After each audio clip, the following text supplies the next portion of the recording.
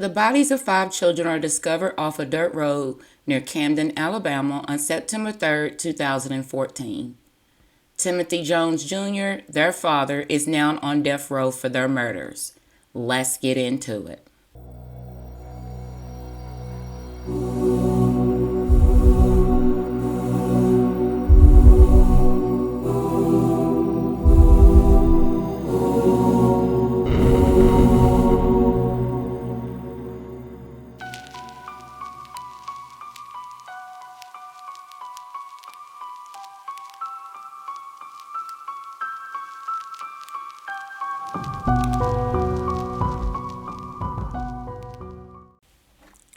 Timothy Jones Jr. was born on December 28, 1981 in Chicago, Illinois, to Timothy Jones Sr. and Cynthia Jones.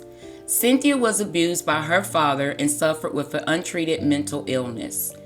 Timothy Sr.'s childhood was just as bad.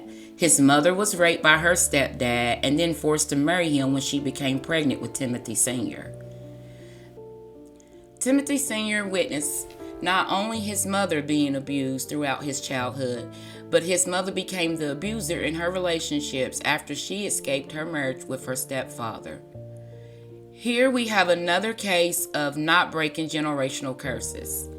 Timothy Sr. and Cynthia were victims of generational abuse.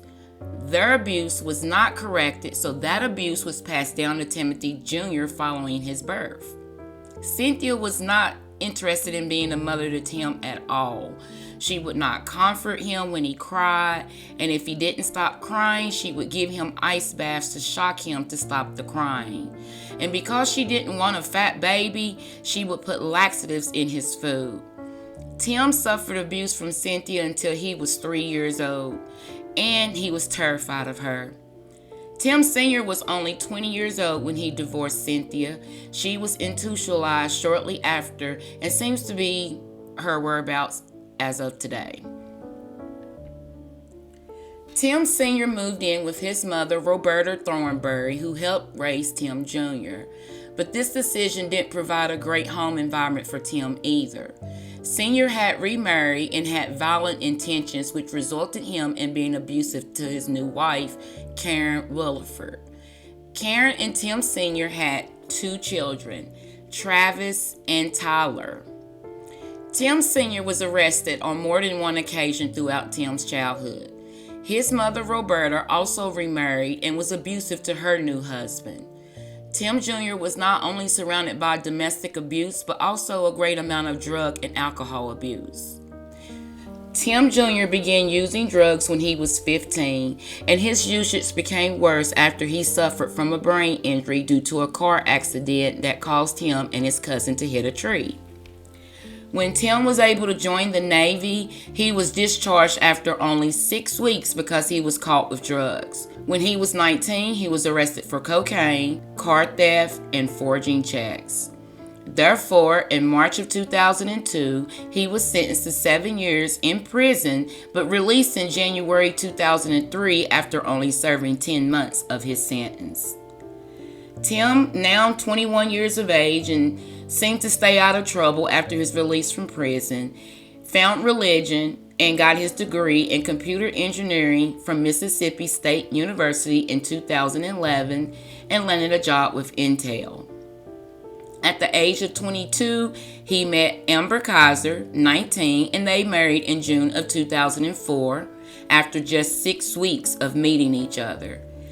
Tim never met or knew Amber's family. However, his family felt Tim only proposed because he knew the church would not approve of him having sex before marriage.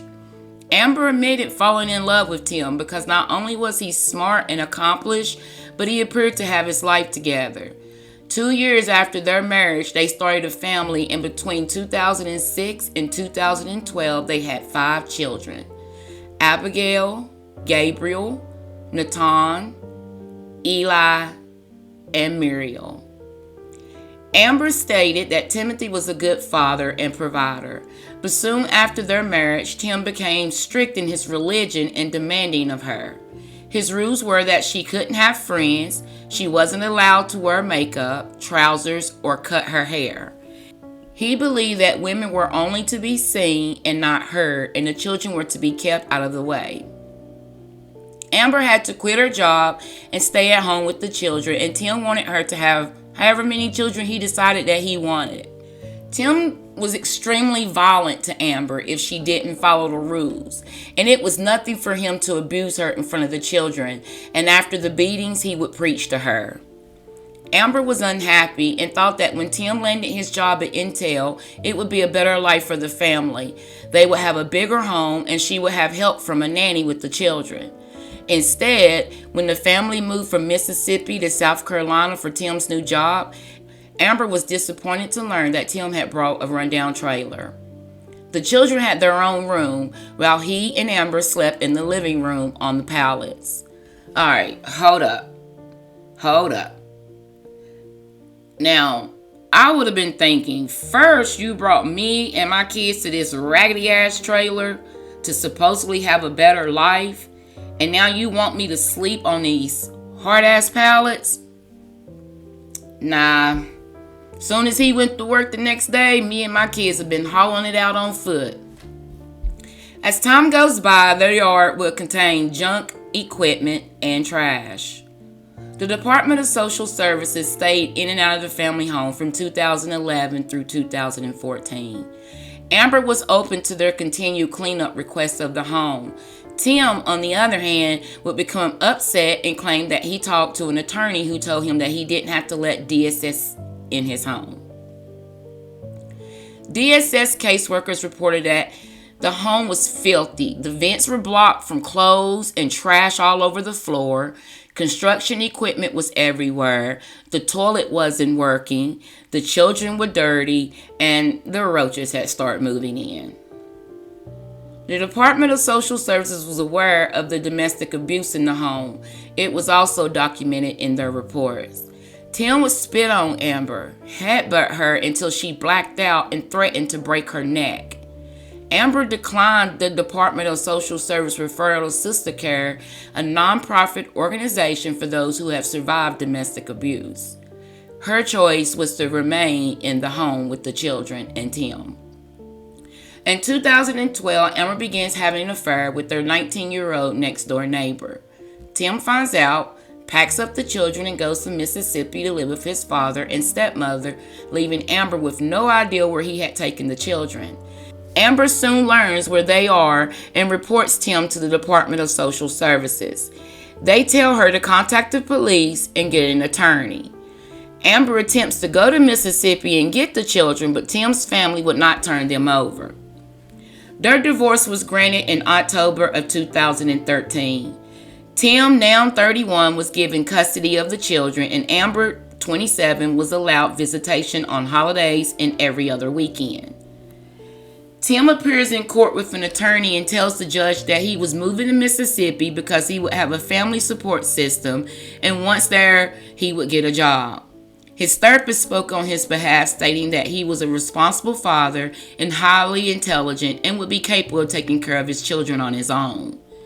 Amber didn't stand a chance of getting full custody. She didn't have a job, so she couldn't afford an attorney. And Tim had isolated her from her family and friends, so she had no one. She was also currently 6 months pregnant with Abigail, who she also had to turn over to Tim after her birth. Before Abigail was born in December that year, Tim took a blood test to ensure that he was her biological father. Amber's affair was brought up during the divorce proceedings, but nothing is said about Tim serving prison in 2002. Amber visits were required to be supervised by Tim. Therefore, he moves back to Lexington County, South Carolina from Mississippi. Things seemed to be going well for a while. Amber was making her visits and talking to the kids at night before bed. However, in 2014, Tim had increased his substance abuse, and reports were being made that he was abusive to his kids by using strict punishments. If they got in trouble, he would make them exercise, and if he felt that wasn't enough, he would beat them. He would also choke and throw them against the wall and stand on their tippy toes for hours. Sometimes food was even withheld from the kids for punishment. Tim would purchase one McDonald's chicken nugget meal and make all 5 of the children share it. Since Amber was no longer in the home to homeschool the children, Tim enrolled them in Saxgotha Elementary School in Lexington County, South Carolina. The children would come to school with bruises visible on their faces, their arms, and their neck, and the school would make reports to the Department of Social Services and concerns of the children being abused. Tim also had to find a babysitter for the children after Amber left. The babysitter also contacted the Department of Social Services concerning the abuse of the children. On one occasion, the babysitter went to Disneyland with Tim and the children. During the drive, the children got restless. Tim pulls over, but not to allow the kids to take a break. Instead, they were made to do squats, including the two youngest. When the babysitter interfered, she was verbally abused by Tim. He didn't like to be questioned about his parenting. It was many times the babysitter would sneak food to the kids and make them promise not to say anything. There was a total of 11 reports to DSS of Tim's abuse towards the children. When the Department of Social Service visited the home, they noted in their reports of the bruising they saw on the children and the condition of the home. But Tim was just left with a safety plan on how to discipline the children and a warning to clean the home each time. August 28, 2014, Tim makes a decision that would change his life forever. While at work dealing with a stressful project, Tim smoked synthetic marijuana multiple times before picking up the children. He picked up the oldest 3 from their school and the 2 youngest from a neighbor. Now, I've heard of synthetic marijuana before, but not really knew what it was. In research, this drug can cause anxiety, confusion, agitation, panic attacks, hallucinations, and even death. There are many drugs present in synthetic marijuana, and they become more toxic when they are combined. After arriving home at some point, Tim notices that an electrical outlet was blown. He claimed that his 6-year-old son, Natan, had fixed the socket on purpose to harm him, and that Natan and the other children were trying to kill him and feed him to the dogs. Tim's punishment for Natan was over the limit. Natan is forced to do push-ups and squats over and over, and then he was beat with a belt if he slowed down during the process. As Tim put it, he PT'd him until he couldn't take it no more. Natan eventually collapses from being exhausted and dehydrated. Tim puts him in the bed, and later when he goes to confront Natan again about the electrical outlet, he says Natan is deceased. To cover up, he decides to kill the other children. He strangles the remaining 4 children, using a belt to strangle the 2 youngest because his hands were too big to fit around their necks. Meanwhile, Amber is attempting to call to speak to the children, but her calls are unanswered and sent to voicemail. After the murders, Tim proceeds to smoke several bowls of synthetic marijuana, trying to kill himself. But instead, he wakes up the next day thinking it was just a matter of time before he is caught and begins covering up. So he wrapped each child in a bed sheet and put them in the back of his Cadillac Escalade and called the babysitter to say that the children would not be there because they were going out of state. A week has passed and Tim is still driving around with the children in the car while he consistently drives through South Carolina, Alabama, Mississippi, and Georgia. Now at night, he would park near trash dumpsters to smother the smell and sleep in the Escalade. At some point, he decides to make a stop at Walmart to purchase trash bags, goggles, a Japsol, dust mask, some chemicals, and more synthetic marijuana to carry out the plan. His plan at first was to burn the bodies and saw down the bones before discarding them. He was not able to carry out this plan, so instead, he placed each child in a trash bag and Googled locations for local dumpsters, landfills, and countries that didn't have extradition laws. Amber has reported the children missing.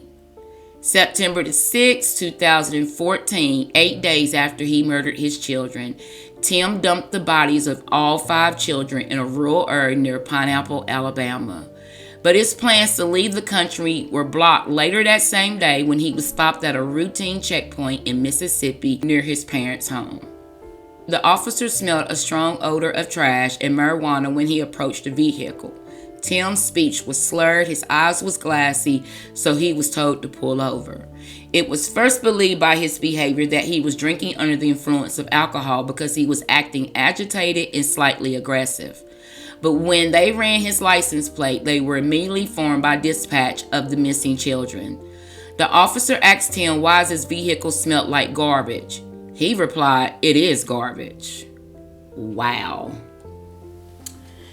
Tim consents to the Escalade being searched.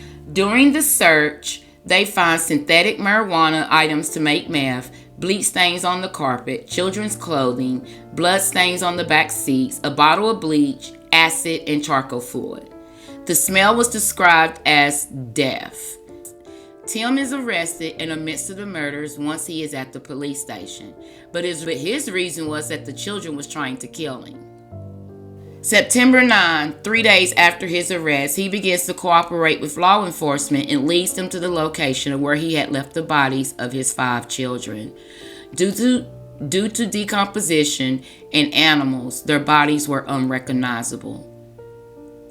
September 11, 2014, Timothy Jones Jr. was charged with 5 counts of murder, and the 11th Circuit Solicitor Donald Myers served a notice that the prosecution team would be seeking the death penalty.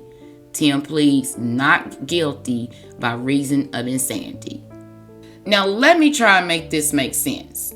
First, his phone proved that he searched various websites before and after the murders about mental diseases. Why? I think it was because he wanted to know how to play the role if he got caught or when he got caught. He began playing his insanity game when he arrived at the police station by claiming that voices in his head told him to kill his children. I'm sorry, Tim was not insane. He didn't have common sense or empathy, but he was very intelligent, and he proved that when he graduated from college with honors. Richard Frierson, psychology professor at the University of South Carolina School of Medicine, felt after talking with Tim that he knew right from wrong, and he made a conscious choice to kill his children. Tim was not insane. He was just pure evil. Period. Tim had told his therapist during his divorce that he didn't want to feel unwanted and abandoned by Amber. But that was the exact same thing he did to his children. During his abuse, the children had to feel not loved or unwanted. And didn't he abandon them on the side of the road in trash bags like they were nothing? The case was prosecuted by 11th Circuit Solicitor Rick Hubbard. Tim was represented by Boyd Young, Casey Sector, and Robert Masson. After 3 weeks of testimony, Tim Jones Jr. was found guilty of all 5 counts of murder on June 4, 2019. It was unanimously voted that he would be put to death. This case has left jurors haunted by what they saw and heard during the trial. Some jurors were traumatized and some required counseling. Many went home crying every day. Some were suffering even with nightmares. And some cried while seeing photos of the children in the garbage bags. But one of the biggest moments for the jury is a Woody doll from Toy Story. Tim had ripped the doll to pieces to torture Natan because he knew it was his favorite doll. The doll was passed around among the jurors by prosecutor Rick Hubbard. And suddenly, after 5 years, its pre-recorded voice said, "Boy, am I glad to see you."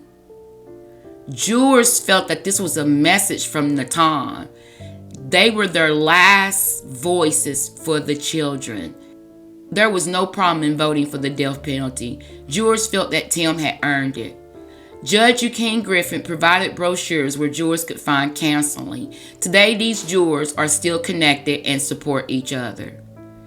Amber has filed a lawsuit against South Carolina Department of Social Service, alleging the state and county failed to protect her children from the ongoing reported abuse. And I agree, they did. I absolutely agree. They They dropped the ball. There shouldn't have been, after the first visit, there shouldn't have been a second. There shouldn't have been a third. Like, how many visits do you have to do to see that there's a problem here? And why you're going to leave a child there knowing that they are being abused? Like, I don't get it. I don't get it. A funeral was held for the children at Armory Church of Christ on September 12, 2014 in Armory, Mississippi. They were laid to rest at Red Bank Baptist Church Cemetery. Timothy Jones Sr. had all 5 of his grandchildren tattooed on his back. Tim is currently on death row. He was scheduled to be executed in November of 2019. However, an appeal was filed on his behalf, and it was rejected on March 29, 2003 by the South Carolina Supreme Court. He is currently serving his death row sentence at Kirkland Correctional Institution in Columbia, South Carolina. The obituaries of the 5 children read: Mira Grace Jones had long, beautiful chestnut brown hair, which she often referred to as her Rapunzel hair. She had a big, bright, beautiful smile that could light up any room she entered. Mira was born on May 15, 2006, and earned her angel wings at the young, tender age of 8 years old. Eli Xavier Jones had beautiful blonde hair and blue eyes. He loved being outdoors and enjoyed collecting all kinds of critters. Eli often referred to himself as a handsome ladies' man, and he truly was. He was born on April 22, 2007, and earned his angel wings at the young, tender age of 7 years old. Nathan Jones had dark brown hair and bright blue eyes. He often referred to himself as Tater. He wouldn't go anywhere without his Charlie Mouse. It's a stuffed animal. He loved to snuggle and was a little prankster. He loved Woody from Toy Story and wanted to be a sheriff just like Woody when he grew up.